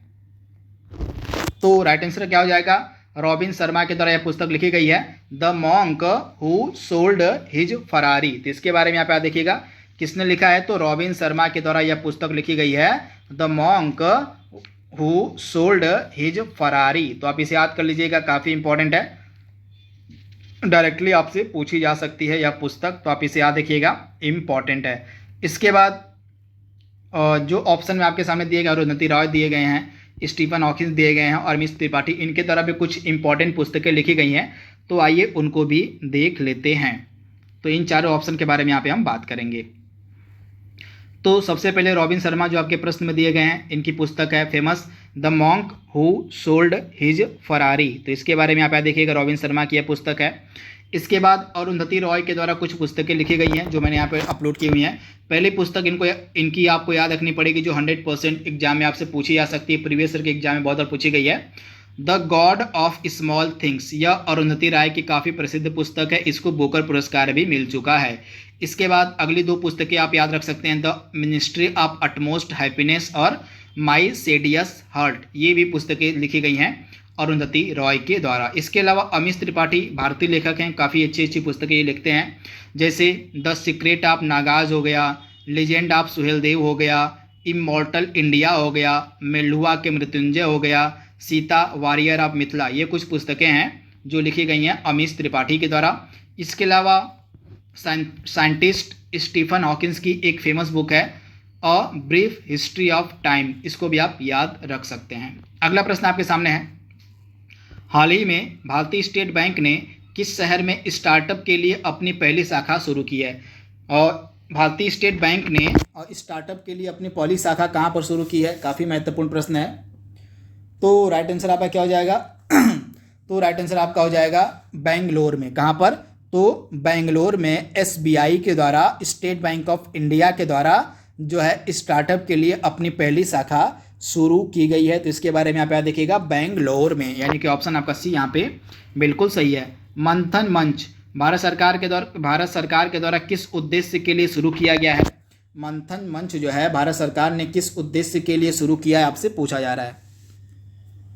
तो अनुसंधान और विकास के लिए, उद्योगों में मतलब अनुसंधान और विकास के लिए, रिसर्च एंड डेवलपमेंट में सहयोग के लिए भारत सरकार ने मंथन मंच नामक कार्यक्रम की शुरुआत की है। तो इसके बारे में आप याद रखिएगा, इंपॉर्टेंट है, आपसे पूछा जा सकता है मंथन मंच। तो आप इसे याद रखिएगा, किसके लिए शुरू किया गया भारत सरकार के द्वारा? तो रिसर्च एंड डेवलपमेंट में सहयोग के लिए, अनुसंधान और विकास में सहयोग के लिए।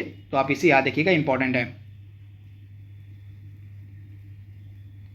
इसके माध्यम से जो भारत सरकार है, इसके माध्यम से भारत सरकार उद्योग की भागीदारी के निर्माण और पोषण के लिए जो है रिसर्च करेगी। तो ये सारी चीज़ों के लिए जो है मंथन मंच स्टार्ट किया गया, यानी कि और रिसर्च एंड डेवलपमेंट, यानी कि ऑप्शन आपका ए यहाँ पे बिल्कुल सही हो जाएगा। अगला प्रश्न आपके सामने है, और एक तरफ अंतर्राष्ट्रीय संगठन दिए गए हैं और एक तरफ हेडक्वार्टर दिए गए हैं। तो इसमें से आपको बताना है कि कौन सा सुमेलित नहीं है। तो न्यू डेवलपमेंट बैंक, जिसको हम ब्रिक्स बैंक के नाम से भी जानते हैं, न्यू डेवलपमेंट बैंक को हम ब्रिक्स बैंक के नाम से भी जानते हैं, क्योंकि ये ब्रिक्स देशों का बैंक होता है। तो इसका हेडक्वार्टर बीजिंग में है, जो कि पहला गलत दिया गया है, बीजिंग में नहीं है, ऑप्शन ए ही आपका गलत दिया गया, बाकी तीनों आपके सम्मिलित हैं। अंतर्राष्ट्रीय मुद्रा कोष का हेडक्वार्टर वाशिंगटन DC में है। खाद्य एवं कृषि संगठन का रोम इटली में है। नाटो का मुख्यालय ब्रुसेल्स में है। पहला ऑप्शन आपका गलत दिया गया था। तो आइए इन चार ऑप्शनों के बारे में बात कर लेते हैं। अंतर्राष्ट्रीय संस्थान और उनके हेडक्वार्टर आपसे एग्जाम में पूछे जाएंगे। तो IMF की यहाँ पे बात हो रही है। तो IMF की स्थापना जो है 1945 में की गई थी। वाशिंगटन DC में इसका हेडक्वार्टर है। क्रिस्टालिना जॉर्जिवा जो हैं IMF की प्रमुख हैं। तो इनके बारे में आप याद रखिएगा, IMF की प्रमुख कौन है? तो क्रिस्टालिना जॉर्जिवा हैं। इसके बाद FAO food and agriculture organisation, खाद्य एवं कृषि संगठन की यहाँ पे बात हो रही है। 1945 में इसकी स्थापना की गई थी। इटली के रोम में इसका हेडक्वार्टर है और क्यू ड्योंग जो है इसके वर्तमान में प्रमुख हैं।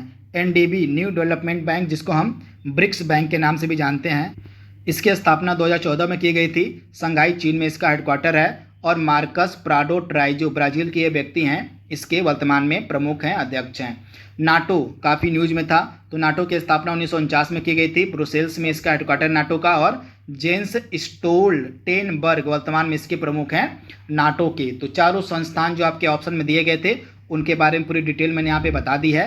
तो इसको आप याद कर लीजिएगा। अगला प्रश्न आपके स्क्रीन पर दिया गया है, निम्नलिखित में से कौन सी ग्रीन हाउस गैस नहीं है? इसमें से कौन सी ग्रीन हाउस गैस नहीं आपको बताना है। तो इसमें से carbon dioxide green house gas है, मीथेन ग्रीन हाउस गैस है, nitrous oxide green house gas, लेकिन कार्बन मोनोऑक्साइड आपकी ग्रीन हाउस गैस नहीं है, यानी कि ऑप्शन आपका बी यहाँ पे बिल्कुल सही हो जाएगा। कार्बन मोनोऑक्साइड जो है आपकी ग्रीन हाउस गैस नहीं है। तो आप इसे याद कर लीजिएगा, ऑप्शन बी आपका 100% सही हो जाएगा। बाकी तीनों कार्बन डाइऑक्साइड, मीथेन और नाइट्रस ऑक्साइड आपकी ग्रीन हाउस गैसें हैं। अगला प्रश्न है, 20 अगस्त को भारत के किस पूर्व प्रधानमंत्री की जयंती के रूप में सद्भावना दिवस मनाया जाता है? तो आप याद रखिएगा, राजीव गांधी जो हमारे पूर्व प्रधानमंत्री थे और जिनकी हत्या कर दी गई थी, तो इनका जयंती होती है 20 अगस्त को, जिसको भारत में सद्भावना दिवस के रूप में सेलिब्रेट किया जाता है, मनाया जाता है। तो इसके बारे में आप याद रखिएगा, राजीव गांधी। द्विपक्षीय अभ्यास उदार शक्ति भारत और किस देश के मध्य आयोजित किया गया था? आपसे पूछा जा रहा है। द्विपक्षीय जो अभ्यास है उदार शक्ति, इसका आयोजन भारत और किस देश के मध्य किया गया था? काफ़ी महत्वपूर्ण यह अभ्यास था। तो भारत और मलेशिया के मध्य इसका आयोजन किया गया, यानी कि ऑप्शन जो आपका यहाँ पे दिया गया डी वाला बिल्कुल सही हो जाएगा, भारत और मलेशिया के मध्य। एलिफेंटा और कन्हेरी की गुफाएं किस राज्य में स्थित हैं? आपको बताना है एलिफेंटा और कन्हेरी की जो गुफाएं हैं किस राज्य में अवस्थित हैं। आपसे कला और संस्कृति के प्रश्न भी पूछे जाएंगे, तो इसी का यह प्रश्न आपके सामने लिखा हुआ है। तो सबसे पहले जवाब दीजिए इसका फटाक से। तो राइट आंसर आपका क्या हो जाएगा भैया? एलिफेंटा और आपकी जो कन्हेरी की गुफाएं हैं दोनों ही आपको मिलेंगी मुंबई में, यानी कि ऑप्शन आपका ए यहाँ पे बिल्कुल सही है, मुंबई में। तो ये दोनों गुफाएं आपको मुंबई में मिलेंगी। इसके अलावा 4 ऑप्शन आपके पास दिए गए हैं, तो इन 4 जगहों पर कौन कौन से इम्पोर्टेंट भारत के पर्यटन स्थल स्थित हैं, आइए उनको भी देख लेते हैं।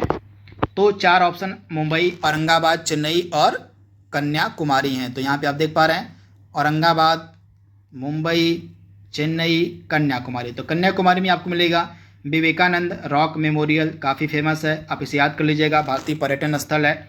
चेन्नई में आपको मिलेगा सेंट जॉर्ज का किला, इसे आप याद कर लीजिएगा। इसके अलावा मुंबई में बहुत सारी जगह हैं, 4 जो इंपॉर्टेंट मुझे लगी उसको मैंने यहाँ पे अपलोड किया हुआ है, लिखा हुआ है। एलिफेंटा की गुफाएं, कन्हेरी की गुफाएं, Chhatrapati Shivaji Maharaj terminus, gateway of India, ये 4 आपको मिलेंगे मुंबई में। इसके अलावा औरंगाबाद में 3 है, एलोरा की गुफाएं, अजंता की गुफाएं और बीबी का मकबरा। तो इसके बारे में आप याद रखिएगा, इंपॉर्टेंट है। भारतीय पर्यटन स्थल भी आपको पढ़ना है, उसी का यह प्रश्न मैंने आपको बताया है। अगला प्रश्न है, निम्नलिखित में से किस भारतीय स्थल को वर्ष 2021 में यूनेस्को की विश्व धरोहर स्थल की सूची में शामिल किया गया था? काफ़ी महत्वपूर्ण प्रश्न है, कला और संस्कृति का यह प्रश्न है। आपको बताना है कि किस भारतीय स्थल को वर्ष 2021 में यूनेस्को की वर्ल्ड हेरिटेज सिटी में शामिल किया गया था।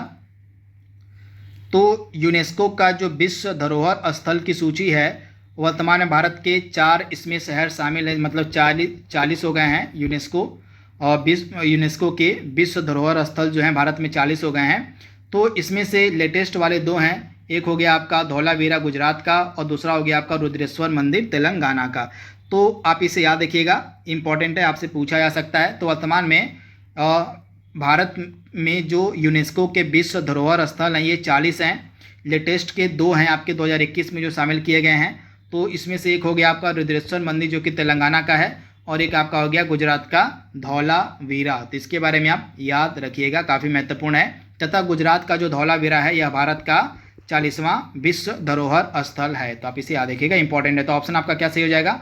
ए और बी आपका बिल्कुल सही है, गुजरात का धौलावीरा और तेलंगाना का रुद्रेश्वर मंदिर, दोनों 2021 में शामिल किए गए थे। और वर्तमान में भारत में टोटल 40 यूनेस्को विश्व धरोहर स्थल हैं। 40वां कौन सा है? तो गुजरात का धौलावीरा। तो इसको मैंने पढ़ा दिया आपको। अगला प्रश्न है, और निम्नलिखित में से किस पड़ोसी देश को भारत जो है डॉर्नियर विमान उपहार में दिया है? भारत ने जो डॉर्नियर विमान है उपहार स्वरूप किसको दिया है? तो श्रीलंका को दिया था, यानी कि ऑप्शन आपका सी यहाँ पे बिल्कुल सही है। भारत ने श्रीलंका को उपहार स्वरूप जो है डॉर्नियर विमान हाल ही में दिया था। वरिष्ठ नागरिकों के लिए भारत का पहला मैत्री स्टार्टअप को किसने लॉन्च किया था? वरिष्ठ नागरिकों के लिए भारत का जो पहला मैत्री स्टार्टअप था किसके द्वारा लॉन्च किया गया था? तो मैत्री स्टार्टअप जो कि वरिष्ठ नागरिकों के लिए लॉन्च किया है, इनका नाम है रतन टाटा जी, यानी कि ऑप्शन आपका बी यहाँ पे बिल्कुल सही है, रतन टाटा के द्वारा। अगला प्रश्न है, विधानसभा सदस्यों का कार्यकाल यहाँ पे पूछा जा रहा है कि विधानसभा जो सदस्य होते हैं इनका कार्यकाल कितना होता है? तो विधानसभा सदस्यों का कार्यकाल कितना होता है? 5 वर्ष का होता है। तो आप इसे याद रखिएगा, लोकसभा और विधानसभा, विधान परिषद, राज्यसभा से प्रश्न आपसे एग्जाम में पूछे जाएंगे, तो उसी का यह प्रश्न आपके सामने लिखा हुआ है। तो विधानसभा सदस्यों का कार्यकाल कितना होता है? तो 5 वर्ष का होता है, 5 साल का होता है। तो ऑप्शन आपका बी यहाँ पे बिल्कुल सही हो जाएगा। निम्नलिखित में से निचला सदन यानी कि लोअर हाउस किसे कहा जाता है? निचला सदन यानी कि लोअर हाउस किसे कहा जाता है? तो भैया लोअर हाउस हम किसे कहते हैं? तो लोकसभा को। आप याद देखिएगा, लोकसभा को भी लोअर हाउस कहा जाता है और विधानसभा को भी लोअर हाउस कहा जाता है। तो इसके बारे में आप याद देखिएगा, यानी कि निचला सदन हम लोकसभा को भी कहते हैं, लोकसभा को भी निचला सदन कहा जाता है और विधानसभा को भी निचला सदन कहा जाता है।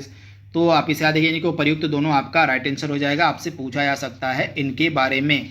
तो लोकसभा को भी हम लोअर हाउस कहते हैं और राज्यसभा को भी हम विधानसभा को भी हम लोअर हाउस कहते हैं। इसके अलावा राज्यसभा को हम क्या कहते हैं, तो हमारी जो राज्यसभा है इसको हम अपर हाउस के नाम से जानते हैं, उच्च सदन के नाम से जानते हैं राज्यसभा को। इसके बारे में आपको याद रखना है, जो हमारी राज्यसभा होती है उसको हम किस नाम से जानते हैं, तो राज्यसभा को हम जानते हैं किस नाम से, तो अपर हाउस के नाम से जाना जाता है। तो ये चीज़ आपको पता होनी चाहिए, आपसे यह पूछी जा सकती है कि अपर हाउस किसे कहते हैं, लोअर हाउस किसे कहते हैं। तो ये चीज़ें मैंने आपको बता दी हैं। आई होप ये चीज़ें आपको पता हो गई होंगी, क्लियर हो गई होंगी। इसके बाद एक चीज़ मैं आपको क्लियर कर दूं, हमारी संसद जो है किनसे मिलकर बनी है, हमारी जो संसद है, संसद किससे मिलकर बनती है, तो हमारी संसद जो है लोकसभा प्लस राज्यसभा प्लस राष्ट्रपति जी से मिलकर बनती है। तो इसके बारे में आपको याद रखना है, हमारी संसद जो है लोकसभा, राज्यसभा और राष्ट्रपति जी से मिलकर बनती है। तो इसके बारे में आप याद रखिएगा, इंपॉर्टेंट है। तथा लोकसभा को हम अपर हाउस कहते हैं और लोकसभा को हम निचला सदन कहते हैं, लोकसभा को हम लोअर हाउस कहते हैं और राज्यसभा को हम अपर हाउस यानी कि उच्च सदन कहते हैं हम राज्यसभा को। तो इसके बारे में आप याद रखिएगा। वहीं जो हमारा राज्य विधानमंडल होता है, राज्य विधानमंडल में क्या होता है, राज्य विधानमंडल में एक आपका विधानसभा होती है, एक आपकी विधान परिषद होती है। तो इसके बारे में आप याद रखिएगा। और वर्तमान में विधान परिषद कितने राज्यों में है, तो वर्तमान में 6 राज्यों में आपको विधान परिषदें मिलेंगी। जिनके बारे में आप याद रखिएगा, वर्तमान में 6 राज्यों में विधान परिषद है। तो इसके बारे में आप याद रखिएगा। तथा विधान परिषद को हम क्या कहते हैं, अपर हाउस कहते हैं, उच्च सदन कहते हैं। वहीं विधानसभा को हम क्या कहते हैं, तो विधानसभा को हम लोअर हाउस यानी कि निचला सदन कहते हैं। तो ये दोनों जो है विधानसभा और विधान परिषद राज्य विधानमंडल के पार्ट हैं, भाग हैं। तो इनके बारे में आप याद रखिएगा। इसके बाद अगला प्रश्न आपके सामने है। तो इस प्रश्न का राइट आंसर क्या हो जाएगा, निचला सदन किसे कहते हैं, तो लोकसभा को और विधानसभा को। लोकसभा आपके संसद का पार्ट है और विधानसभा आपका राज्य विधानमंडल का पार्ट है। अगला प्रश्न है, किस केंद्रीय मंत्रालय ने स्माइल 75 पहल की शुरुआत की थी। स्माइल 75 पहल की शुरुआत किस केंद्रीय मंत्रालय के द्वारा की गई है, तो सामाजिक न्याय और अधिकारिता मंत्रालय के द्वारा, यानी कि ऑप्शन आपका डी यहाँ पे बिल्कुल सही है, सामाजिक न्याय और अधिकारिता मंत्रालय के द्वारा।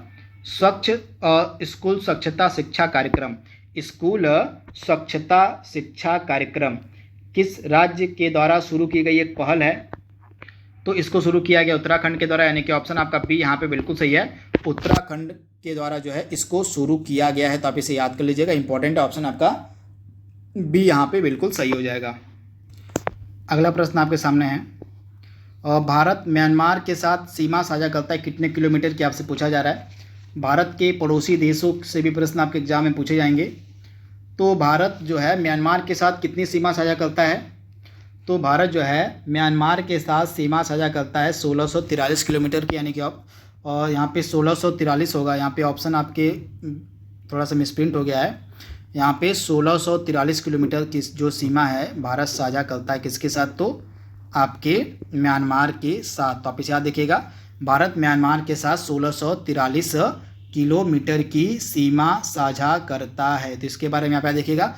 वहीं भूटान के साथ 699 की, भूटान के साथ भारत जो है 699 की किलोमीटर की सीमा साझा करता है। भारत जो है सबसे लंबी जो सीमा है बांग्लादेश के साथ साझा करता है। तो इसके बारे में आप याद देखिएगा, 4096 किलोमीटर। वहीं 1751 किलोमीटर की जो सीमा है भारत साझा करता है नेपाल के साथ। तो आप इसे याद रखिएगा, चारों मैंने बता दिया है।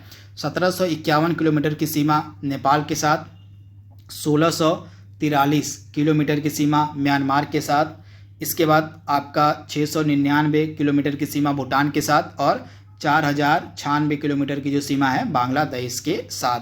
बांग्लादेश को आज़ादी कब मिली थी, आपसे पूछा जा रहा है।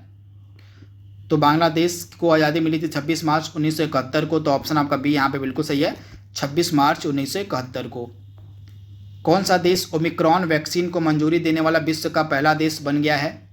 ओमिक्रॉन वैक्सीन को मंजूरी देने वाला विश्व का पहला देश बन गया है आपका यूनाइटेड किंगडम, यानी कि ऑप्शन आपका सी यहाँ पे बिल्कुल सही है, यूनाइटेड किंगडम। किस संगठन ने स्वतंत्रता दिवस 2022 के अवसर पर पृथ्वी से 30 किलोमीटर ऊपर भारतीय ध्वज फहराया। तो स्पेस किड्स इंडिया के द्वारा, आप याद देखिएगा, स्पेस किड्स इंडिया के द्वारा एक सैटेलाइट बनाई गई थी स्पेस किड्स इंडिया के जो छात्र थे, जो स्टूडेंट्स थे, उन्हीं के द्वारा एक सैटेलाइट बनाया गया था जिसका नाम था आज़ादी सैट। तो इसी सैटेलाइट के माध्यम से यह झंडा फहराया गया था, तो आप इसे याद रखिएगा।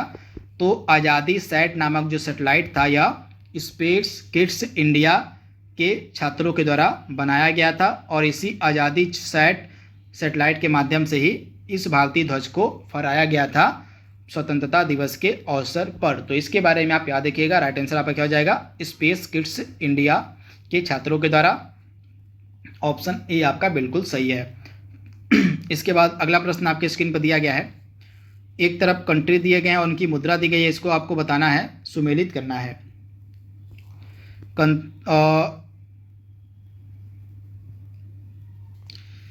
एक तरफ देश और एक तरफ राजधानी दी गई है, तो इसको आपको सुमेलित करना है। तो आइए इस प्रश्न को सॉल्व कर लेते हैं, काफ़ी इंपॉर्टेंट प्रश्न है। तो नॉर्वे की राजधानी क्या हो जाएगी? नॉर्वे की ओस्लो होती है, यानी कि ऑप्शन आपका ए का 2 हो जाएगा। लेबनान की बेरूत हो जाएगी, यानी कि बी का आपका 1 हो जाएगा। मिस्र की काहिरा हो जाएगी, यानी कि सी का आपका 4 हो जाएगा। क्यूबा की हवाना हो जाएगी, यानी कि डी का आपका क्या हो जाएगा? डी का आपका 3 हो जाएगा। तो आप इसे याद कर लीजिएगा, इंपॉर्टेंट है। 2 1 4 3। इस प्रश्न में भी आपकी एक तरफ राजधानी दी गई है और एक तरफ देश दिया गया, एक तरफ राजधानी दी गई है, तो इसको भी आपको सुमेलित करना है। तो देश, राजधानी और मुद्रा आपसे पूछी जाएगी आपके एग्जाम में, तो उसी का यह प्रश्न है। तो आइए देख लेते हैं। तो कजाकिस्तान, इसमें से कौन सा सुमेलित नहीं है? इसमें पूछा गया कि कौन सा सुमेलित नहीं है। तो आइए देख लेते हैं। कजाकिस्तान की राजधानी नूर सुल्तान, बिल्कुल गलत हो जाएगा। यहाँ पे एकदम लेटेस्ट में अपडेट किया गया है। नूर सुल्तान तो राजधानी थी ही, पहले इसकी राजधानी हुआ करती थी अस्ताना। आप याद देखिएगा, पहले कजाकिस्तान की राजधानी हुआ करती थी अस्ताना। तो अस्ताना को चेंज करके नूर सुल्तान राजधानी कर दी गई थी, परंतु फिर हाल ही में नूर सुल्तान से कजाकिस्तान ने अपनी राजधानी को अस्ताना कर लिया थी। ये अपडेट आपको पता होनी चाहिए। तो अब फिर से कजाकिस्तान की राजधानी आपकी अस्ताना हो गई है। इसके बाद कतर की राजधानी दोहा हो जाएगी, मंगोलिया की उलान बटोर हो जाएगी, वियतनाम की हनोई हो जाएगी। तो इसके बारे में आप याद रखिएगा। और कजाकिस्तान की लेटेस्ट में राजधानी हो गई है अस्ताना। ये सभी देश तो आपके सामने दिए गए हैं, इनकी मुद्रा भी मैंने यहाँ पे अपलोड की हुई है। तो 8 देश की राजधानी और मुद्रा आपको यहाँ पे मिल जाएगी। वीडियो को पॉज करके इत्मीनान से इनको आप पढ़ लीजिएगा, क्योंकि समय ज़्यादा हो रहा है, वीडियो ज़्यादा लंबा हो जाएगा अगर मैं इसको पढ़ने जाऊँगा। तो वीडियो को आप पॉज करके इत्मीनान से इसको आप पढ़ लीजिएगा। देश, राजधानी, मुद्रा आपसे पूछी जाएगी। अगला प्रश्न आपके सामने है। केंद्र सरकार ने किस राज्य के अगस्त मलाई क्षेत्र को राज्य के 5वें हाथी रिजर्व के रूप में नामित किया है? तो तमिलनाडु में आपको मिलेगा, मतलब यहाँ पे आंध्र प्रदेश में। ऑप्शन आपका बी यहाँ पे बिल्कुल सही है। आंध्र प्रदेश के अगस्त मलाई को जो है आंध्र प्रदेश के 5वें हाथी रिजर्व के रूप में नामित किया गया है। तो इसके बारे में आप याद देखिएगा। आंध्र प्रदेश के अगस्त्य मलाई को जो है आंध्र प्रदेश के 5वें हाथी रिजर्व के रूप में नामित किया गया। तो ऑप्शन आपका बी यहाँ पे बिल्कुल सही हो जाएगा। एक तरफ राज्य दिया गया है और एक तरफ राजधानियां दी गई हैं, तो इसमें से आपको बताना कि कौन सा सुमेलित नहीं है। तो इस प्रश्न को आइए सॉल्व कर लेते हैं। यहाँ पे आप करेक्ट कर लीजिएगा, अगस्त मलाई आपका तमिलनाडु में है, ना कि आंध्र प्रदेश में। यहाँ पे थोड़ा सा मिस्टेक हो गया, सॉरी उसके लिए।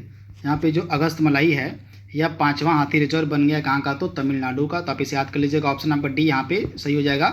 तमिलनाडु में आपको मिलेगा अगस्त मलाई क्षेत्र। तो आप इसे याद कर लीजिएगा, यह तमिलनाडु का 5वां हाथी रिजर्व बन गया है। आइए इसको देख लेते हैं। नागालैंड की राजधानी क्या है? तो नागालैंड की राजधानी कोहिमा है, पहला आपका सुमेलित है। मेघालय की राजधानी क्या है? तो मेघालय की राजधानी आपकी इम्फाल है, जो कि बिल्कुल गलत दिया गया। मेघालय की राजधानी इम्फाल नहीं होती बल्कि शिलांग होती है। मेघालय की राजधानी क्या है? तो मेघालय की राजधानी आपकी शिलांग है। तो इम्फाल कहाँ की राजधानी है? तो इम्फाल जो आपकी मणिपुर की राजधानी है। तो ऑप्शन बी आपका सुमेलित नहीं था। उसके बाद सिक्किम की राजधानी गंगटोक होती है। मिजोरम की राजधानी आपकी आइजोल हो जाएगी। तो इसके बारे में आप याद देखिएगा। तो आइए इनके बारे में बात कर लेते हैं। राज्य राजधानी, उनके मुख्यमंत्री, उनका निर्माण और उनका राज्यपाल कौन है, ये चीज़ें आपसे एग्जाम में पूछी जाएंगी। तो सारी चीज़ें आपके सामने यहाँ पे लिखी गई हैं। एक तरफ राज्य जो आपके ऑप्शन में दिए गए हैं वो लिखे गए हैं, उनकी राजधानी क्या है, उनका निर्माण कब हुआ था, राज्यपाल कौन है वर्तमान में और मुख्यमंत्री कौन है वर्तमान में। सारी चीज़ें आपके सामने लिखी गई हैं। वीडियो को पॉज करके इसको आप इत्मीनान से पढ़ लीजिएगा। वीडियो थोड़ा सा लंबा हो गया, इसलिए मैं जल्दी जल्दी इसको ख़त्म करने की कोशिश कर रहा हूँ। तो यह हमारा लास्ट प्रश्न था। आई होप यह वीडियो आपको पसंद आएगा, आपके आने वाले एग्जाम के लिए फ़ायदेमंद होगा। तो इसी उम्मीद के साथ इस वीडियो को यहीं पर रोकते हैं। तब तक के लिए थैंक यू, थैंक्स फॉर